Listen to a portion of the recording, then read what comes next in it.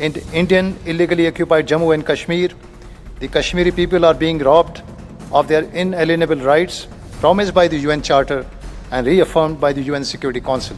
Jammu and Kashmir was, is, and will always remain an integral and inalienable part of India.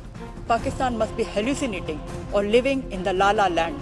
Or maybe Pakistan finds it unbelievable that the developmental budget of Jammu and Kashmir is more than double the recent bailout package they sought from the IMF. Pakistan would do well if it focuses on fixing its deepening internal crisis. India is compelled to exercise its right of reply in response to references made to it during the high-level segment by Pakistan and the OIC.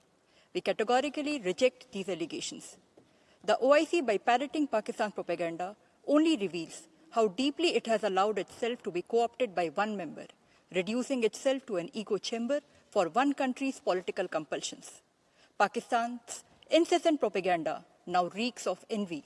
We have no desire to dignify such propaganda, however, will make a few points to dismantle it with facts. Jammu and Kashmir was, is, and will always remain an integral and inalienable part of India. No amount of wishful rhetoric or audacious propaganda by Pakistan can alter the immutable fact that the accession of Jammu and Kashmir to India was completely legal and irrevocable, and in accordance with Indian Independence Act of 1947 and the international law. In fact, the only outstanding dispute regarding this region is the illegal occupation of Indian territories by Pakistan. We call upon Pakistan to vacate these areas which remain under its forcible occupation. Mr. President, it is indeed hard to take lectures on democracy from a country where civilian governments rarely complete their terms. They ring hollow. The record voter turnout in general elections and assembly elections in Jammu and Kashmir is a testimony to the fact that people of Jammu and Kashmir have rejected the ideology of terrorism and violence propagated by Pakistan and are surging ahead on the path of development and democracy. Mr. President, if the Chenab Rail Bridge, the world's highest bridge inaugurated in Jammu and Kashmir last year, is fake, then Pakistan must be hallucinating or living in the La La land.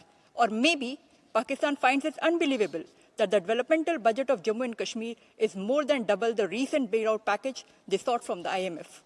Mr. President, to conclude, despite Pakistan's efforts to destabilize the region through relentless state-sponsored terrorism, Jammu and Kashmir continues to surge ahead, politically, economically, and socially.